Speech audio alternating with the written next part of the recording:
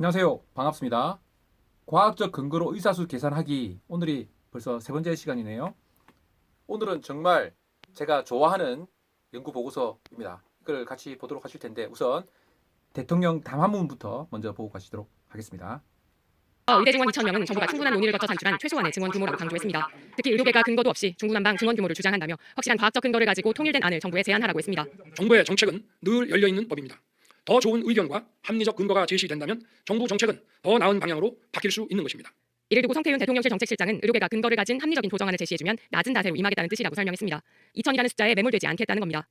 그래서 대통령께서도 그렇고 대통령실에서 그렇고 과학적인 근거를 갖고 와달라라고 하셔가지고 제가 한번 제가 평소에 이걸 늘 생각하는 건 아니지만 한번 따져보고 있는 건데 정부에서 이걸 2,000명 늘리기로 한 거에 근거로 되는 그 논문 중에 하나, 보고서 중에 하나입니다. 서울대학교 산학협력단에서 나온 2023년 발표된 연구가 있어요. 이름이 이렇게 깁니다. 2021년 장래 인구 추계를 반영한 인구 변화의 어쩌고저쩌고 해서 의료 부문 파급 효과 전망 보고서를 보고할 텐데 제가 이 보고서를 상당히 좋아합니다. 그 좋아하는 이유를 먼저 설명드릴게요. 이 제목이 이렇게 되어 있고요. 보면 제가 이것을 좋아하는 이유가 이거 되어 있고 이 보고서에서 결론적으로 제시하고자 하는 것이 1과에 나와 있습니다. 오늘은 2과부터 할 겁니다. 2과부터. 이것만 해도 한참 길기 때문에 제 생각에 이 영상이 3번이 되고 그 다음에 4번이 아마 1과나 3과 결론 살펴보고 저희 제안 여기를 할까 하는데요. 이 또 4과가 또 길어지면 4, 5가 될 수도 있겠죠. 어쨌든 좋아하는 이유 이것만 하더라도 상당히 좋고 여러분들이 보고서가 어떻게 구성되어 있는지 어떻게 이 사람들이 연구를 하는지 이것들에 대해서 통찰력이 생길 수 있을 거라고 생각이 듭니다. 저한테는 참 도움이 많이 됐어요. 제가 사실 보고서를 이렇게 꼼꼼하게 보지 않는데 하도 이슈가 되니까 보고서를 꼼꼼하게 본 거거든요. 여러분들도 보고서를 꼼꼼하게 보지 않을 것 같고 결론만 볼 것 같은 가능성이 많을 거라고 생각합니다. 근데 그 기자 여러분, 그 다음에 그 다른 사람들도 관심 있는 그 분들, 그 연구하시는 분들은 당연히 이걸 꼼꼼하게 보셔야 되겠죠. 정책 하시는 분도 당연히 꼼꼼하게 보셔야 될 것 같습니다. 이 분야는 물론 다른 보고서들은 제가 이제 꼼꼼히 볼 수 있죠. 저 직접 관련된 것들은. 근데 이거는 뭐 약간 인구 통계학적인 그런 이야기라서 제가 평소에 이렇게 같이 하니까 안 보거든요.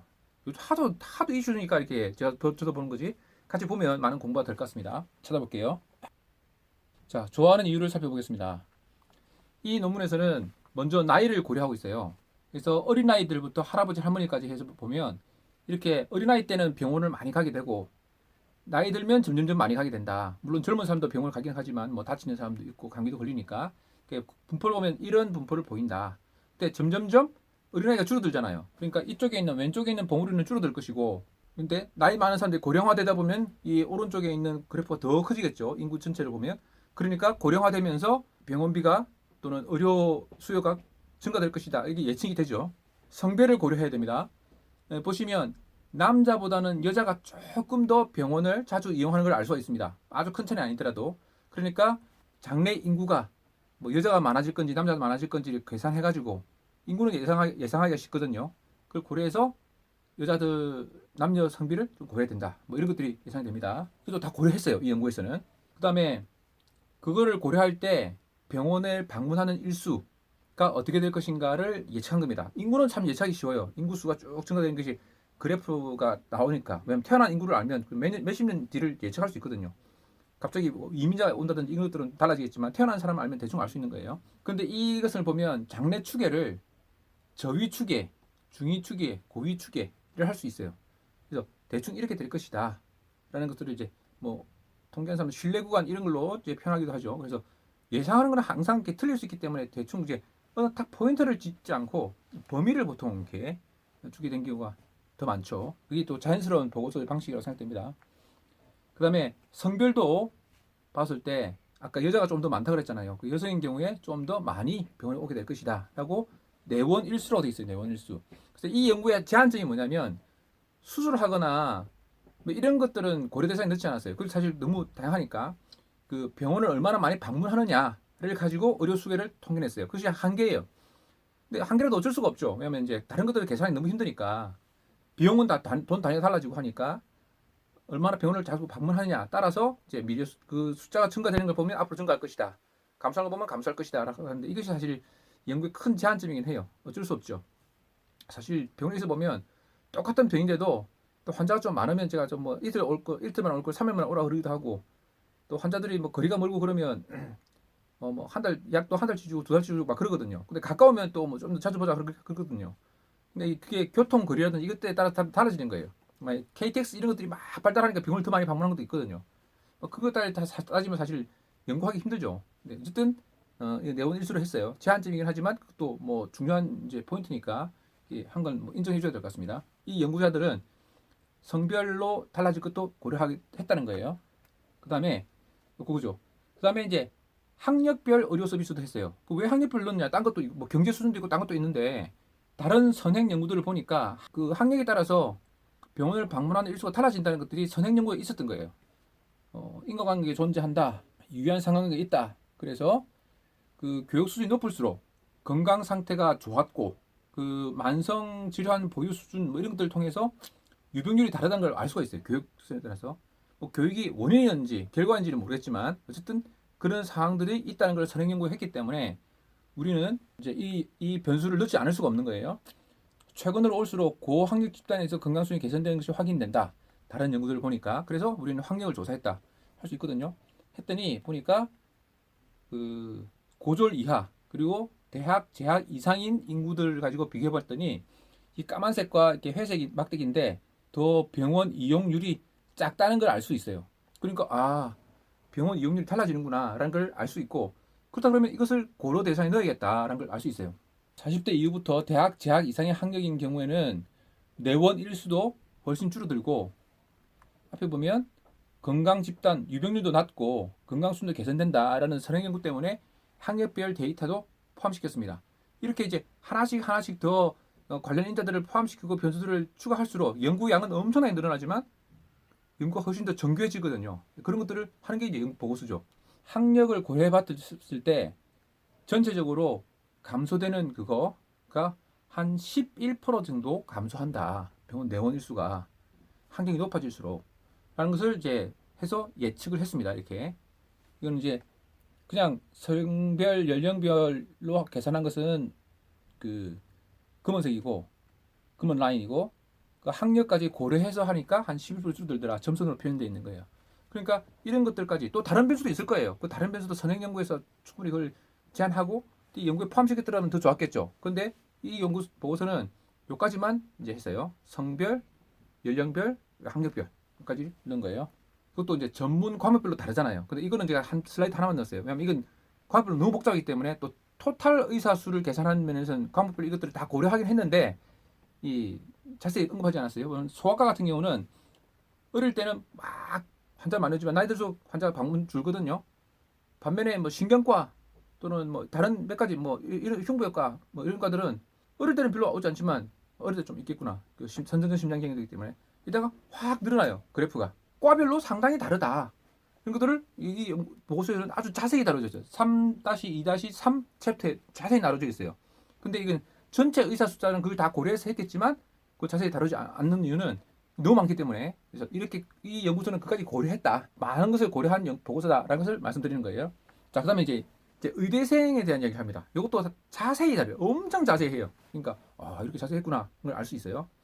자, 의대생의 성비가 쭉 약간씩 올라갑니다. 그래서 35% 정도 지금 되는데 이게 2018년도는 더 많았어요. 그러니까 한 2016년부터는 거의 비슷한 것 같아요. 35% 정도를 계속 유지하고 있는 것 같습니다. 근데 2022년이니까 24년까지도 있겠죠. 그 의대생 비율이. 근데 그거는 증가할지 아니면 여기가 이제 35 정도가 그냥 만땅으로 계속 유지될지 그건 잘 모르겠어요. 근데 이 정도 곡선은 약간 그렇게 점점 증가하다가 사 이제 평행선을 그리는 것처럼 전 보여집니다.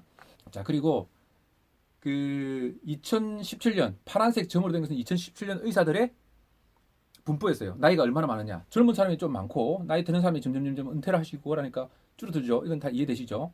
그런데 남자들은 이 봉우리가 그대로 쉬프트 되는 느낌이 드시죠. 2017년도에서 2021년까지 하는데 그러니까 한번 일하는 사람들은 계속 일을 한다는 거예요. 근데 여자들 같은 경우는 이때가 피크를 이뤘다가 2017년에 그랬는데 2021년도로 가게 되면 봉우리가 약간 줄어들어요. 크기가 쉬프트 되면서 그 말은 중간에 그만두는 의사들이 좀 있다는 거죠. 물론 2017년, 21년 두 개밖에 안 했거든요. 좀 더 할 수 있으면 2014년, 14년 이렇게 해서 이 그런 감소가 점점 분명한 건지 아닌지를 좀 조사하면 좋은데 여기 보고서는 여기까지가 한계입니다. 근데 어쨌든 중요한 변수들이에요. 남자 의사들과 여자 의사들이 그 직업에 대한 변화율이 좀 다르다. 여자들은 감에서 조금 줄어든다. 이런 걸 볼 수 있고요. 이거는 의대생 여자 합격률 비율이에요. 그 의사 필기고사 합격률 뭐 이런 거 있고, 그다음에 빨간 선이 보면 여자가 얼마나 많이 합격했느냐 보면 2014년 정도를 기준으로 해서 약간 줄어들었지만 그냥 평행선을 보이는 것 같아요. 그러니까 여자 의사들이 전체적으로 요만큼씩 계속 30%보다 높고 40%는 이하, 48% 정도 되는 계속 배출된다는 걸 알 수가 있거든요. 그리고 그 의료 서비스를 제공하는 입장에서 몇 명이 여자와 남자가 다르기 때문에, 여자 의사와 남자 의사가 다르기 때문에 그거를 고려하겠다라는 것을 전제를 깔고 이야기 계속 하고 있는 거예요. 당연히 고려해야죠. 이것들 다. 그게 보고서죠. 해봤더니 그 남자 같은 경우는 이탈률이라고 나와 있어요. 50세, 60세 좀 올라가면서 0.6, 1.2, 3.3, 9.6씩 조금씩 주는 거예요. 뭐 아파서 쉬는 사람도 있고, 그 돌아가시는 분도 있고, 또 뭐 등등등 여러 가지 이유가 있겠죠. 그래서 조금씩 줄어드는 게 정상적인 겁니다. 근데 여자들 같은 경우는 그 퍼센트지가 조금씩 더 크다는 거예요. 크다는 이렇게 시죠. 3.3일 때 6.3이고, 9.6일 때 15.3이고, 7.3일 때 11이고 이렇게 좀 줄어들고, 의사들은 그만큼 그나마 잘 유지되는 편이에요. 근데 다른 직능, 다른 직장 같은 경우는 훨씬 이탈률이 크죠. 그래서 뭐 경력 단절 여자 뭐 그런 말도 나오고 그러잖아요. 아무래도 그 아이들 양육하는 그것들이 물론 양쪽 아빠 엄마가 둘 다 수고해야 되지만 아무래도 엄마들이 그 모성애가 있기 때문에 그 부성애보다 큰 것 같아요. 그러니까 더 아이들을 집중해야겠다는 생각이 있어서 직장을 조금씩 중간에 그만두고 다시 돌아오더라도 하는 경우가 있는 거죠. 뭐 그런 이유는 설명하고 있지 않지만 이유는 짐작이 되는 거죠. 그래서 여자들이 조금 더 일을 많이 준다. 그래 그것도 고려해서 넣겠다. 그렇죠. 고려할 수는 맞아요. 이건 성차별이 아니라 사회 현상이 그렇다는 거예요. 관찰해 보니까. 2019년 논문들이 보건복지부 제공하는데 이게 아마 앞서 제가 봤던 그 논문 같아요. 그럼 의사들이 이렇게 될 것이다라고 생각하는데 그게 아니라 자기들이 해보니까 2022년도에는 의사가 훨씬 더 늘 것이다라고 추계했다는 거예요. 이것도 뭐 선행 연구에 보다는 더 된다 이런 그죠. 앞으로도 마찬가지죠. 연구 보고서라는 건 항상 컨펌돼서 늘 똑같은 게 아니에요. 다른 연구소가 딱 반론을 제시하고 더 낫다 안 낫다 이렇게 막 하는 것이 보고서의 특징이죠. 예. 특히 예측이니까. 그래서 보니까 이제 아까 성별 남자 여자 이탈률을 고려해 보면 이렇게 좀 달라지는 거죠. 이 점점점 되는데 쭉 감소한다는 거예요. 시나리오 1이 여자들을 적용했을 때 보니까 이렇게 감소하더라. 지금 보니까 33년도까지는 큰 차이가 없고 한 35년도까지도 큰 차이가 없는 것 같아요. 이 조금 아주 미미한 차이인 것 같습니다. 어떤 미미한 차이라도 차이가 있다는 걸 우리가 알 수 있는 거죠. 그다음에 은퇴를 하는데 은퇴 시점을 가상해서 조절하는 거예요. 그래서 조절하니까 의사들이 좀 은퇴를 몇 살에 할 것이다 라는 걸 했을 때 요만큼 줄어들더라. 근데 이건 좀 자세히 보면 뭐 약간 논란의 여지가 있을 수는 있습니다. 근데 어쨌든 요거는 그렇게 연구자들이 했다는 거예요. 조금 줄어들 것이다. 은퇴를 좀 빨리 함으로써 그걸 예상할 수 있죠. 그다음에 이거는 노동 생산성을 고려한 거예요. 이거는 좀 심각하게 떨어지죠. 의사 숫자가 실제 뭐 머리로는 한 명이지만 실제로는 한 명이 일을 안 하고 나이 들면서 이제 점점 액티비티를 줄이니까 고려는 분명히 해야 되지만 이렇게 심하게 떨어지냐? 막 논란이 있을 수 있겠죠. 어쨌든 연구자는 그렇게 했어요. 이게 정교한 연구예요. 그다음에 여자 비율이 지금 제가 보기에는 한 38%, 40%보다 조금 안 되게 여자 비율이 나오는 것 같은데 여기서는 여자가 만약에 50%가 된다고 생각하면 얼마나 차이가 날 것이냐를 계산한 거예요. 이건 가상 시나리오입니다. 이 시나리오 4번이에요, 이게. 그래서 50%까지 증가하게 되면 이렇게 될 것이다 했는데 뭐 35년, 37년까지는 거의 약간의 차이가 있긴 하네요. 이런 것도 고려 대상이 됩니다. 나이가 들면이 아니라 시간이 점점 바뀌어서 워라밸이 중요해지다 보니까 의사들도 일을 옛날만큼 열심히 안 하고 옛날처럼 먹고 살기 위해서 막 따뜻 안 하고 줄일 것이다 라고 가정할 수 있겠죠. 그럼 이거는 단순히 계산이 단순해요. 5%팍 떨어뜨리면 되니까 의사 10명이 9.5명의 일을 한다고 하니까 숫자가 줄어드는 거죠. 그래서 계산해봤더니 이렇게 줄어들 것이다. 점선으로 표현했습니다. 이거는 뭐 논란의 예수일 수 있죠. 뭐 의사들은 이제 아니야 난 열심히 할 거야 라고 반발할 수 있지만 이거는 연구자라서 할 수 있는 그런 선택의 여지라고 생각됩니다. 사실 다른 직장도 다 마찬가지거든요. 점점 떨어지는 게 분명하거든요. 워라밸이 많은데 의사들이 좀 그게 좀 둔감하긴 하지만 그래도 5% 정도는 줄일 수 있겠다 뭐 생각할 수 있습니다. 자, 그래서 이 여러 가지 가상 시나리오를 또 하는데 의사 정원을 늘리면 어떻게 되느냐 봅시다. 시나리오 6, 7, 8인데 6은 그냥 4,000명으로 확대하고 지금은 3,058명인데 한 1,000명 정도 늘린다는 거예요. 갑자기 확대하고 이를 지속하는 방식이 있어요. 이게 6인데 이 점선 중에 하나죠. 점점점 되는 이렇게 그럼 의사 수가 이렇게 늘어난다는 거예요. 그 다음에 시나리오 7은 2023년부터 10%씩 그러니까 뭐 3,058명이면 300명 늘리는 거예요. 10%니까 늘리고 그거를 2030년부터 동결하는 방식 하게 되면 시나리오 7이잖아요. 7이 까만색인데 이렇게 하면 이렇게 쭉 이렇게 늘어나요. 의사가. 그리고 시나리오 8은 5%씩 늘리는 거. 150명 정도 늘리는 거예요. 150씩 쭉 늘리다가 30년 한 8번인가 늘리고 그다음부터 중장하는 경우에 시나리오는 8이거든요. 8이 이 상악점이에요. 그럼 이렇게 되는 거예요. 이렇게 좀 늘은다는 거죠. 그래서 이게 나중에 보면 이 저자들은 시나리오 8번을 추천하고 있어요. 시나리오 8번. 이렇게 하면 의사 너무 늘어나니까 이건 안 맞고 이거는 안 맞고 의사를 한 5% 정도 해가지고 쭉 지속하다가 2030년에는 딱 정지시키는 거. 그때 하게 되면 의사 수가 얼추 비슷하게 맞는다. 이렇게 이걸 이제 시나리오 8을 나중에 보면 추천하는데 그 선행 연구에서는 그 상대 가치 점수를 이용해서 했거든요. 근데 그거는 이제 상대 가치 점수는 계속 바뀐단 말이에요. 제도에 따라 달라지기도 하고 새로운 의료기술이 들어오기도 하는데 이 같은 경우는 내원일수 의사와 환자 만나는 거를 기준으로 해서 그 일을 정의했거든요. 그 만나는 거는 사람이 아무리 뭐 기술이 발달해도 만나는 시간 자체를 줄이기는 힘들잖아요. 그러니까 어떻게 보면 이거는 어느 정도 한계가 있을 수 있다 이런 것들이 예상이 되는 대목이거든요. 1인당 내원일수는 9,700 뭐 이렇게 되는데 이거를 유지하기 위해서 그 정도의 만남 의사와 환자가 외래에서 만남을 유지하기 위해서는 그때 2021년도에 만남의 숫자가 있는데 그 만남의 숫자를 계속 유지한다는 거예요. 유지하기 위해서는 요렇게 필요할 것이다. 그래서 2050년에 약 22,000명이 더 필요할 것이다. 이런 인구 추세 나가면 만남을 줄이든지 의사를 늘리든지 해야만 되는 그런 상황인 거죠. 그래서 이런 차이를 보이고 있다. 이것도 예상할 수 있는 거죠. 이것도 이제 그 사람이 추계한 거예요. 이 연구소는 2050년까지를 내다보고 하고 있어요. 이 연구에서는 2050년에 2만 명이 더 필요하다. 이런 거예요. 근데 아까 봤던 우리가 제가 과학적으로 의사 수 계산하기 위해서 보면 2035명에 2만 명이 더 필요하다고 했는데 이게 좀 이거 다르죠. 게다가 그 계산도 틀렸다는 걸 제가 과학적으로 왜 틀렸는지 이야기했습니다. 앞에 영상에서 보시면 이거 2050년에 2만 명이 더 필요하고 2035년에 보면 이거 한 절반 정도나 뭐 3분의 1에서 절반 사이 한 40% 정도 되겠네요. 그 정도 그러니까 2만 명보다 1만 명이나 1만 명 이하로 필요하다라고 주장할 수 있어요. 이 연구 이 데이터를 보면 또 다른 시나리오를 막 가다 합니다. 이게 연구가 재밌는 거예요. 그래서 이거 답이 없는 거 사실은 이렇게도 해보고 저렇게도 해보니까 딱 잘라서 말해주면 되게 좋은데 실제 미래를 예측하는데 그 딱 잘라지지 않기 때문에 이럴 때는 이렇고 저럴 때는 이렇게 그게 보고서예요. 시나리오는 그 성별로 노동 그 위험률 이탈하게 된 것을 고려했을 때 1번이죠. 1번이 뭐냐면 감색이 빨간색이에요. 이렇게 된다는 거예요. 그럼 이렇게 되면 이제 그 차이가 2030년 4,000명, 2035년 정도를 해보면 한 9,000명 정도. 아까 제가 봤던 거랑 비슷한 거죠. 9,000명 정도 부족하고 이것이 제일 크잖아요. 연두색이 시나리오 5번인데 5번 같은 경우는 잘렸네요.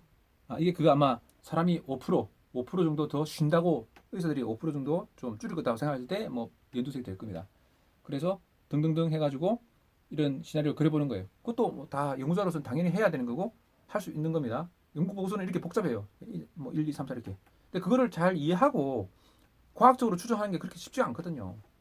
자꾸 어떤 분들은 그래서 몇 명이나 된단 말이냐 이렇게 하는데 그렇게 정교하게 나오지 않아요. 정확하게 나오지 않아요. 딱 잘라 나오지 않거든요. 예. 그래서 이거 같은 경우는 이것도 중요한 의미가 있어요. 우리한테 시세준비가 커요.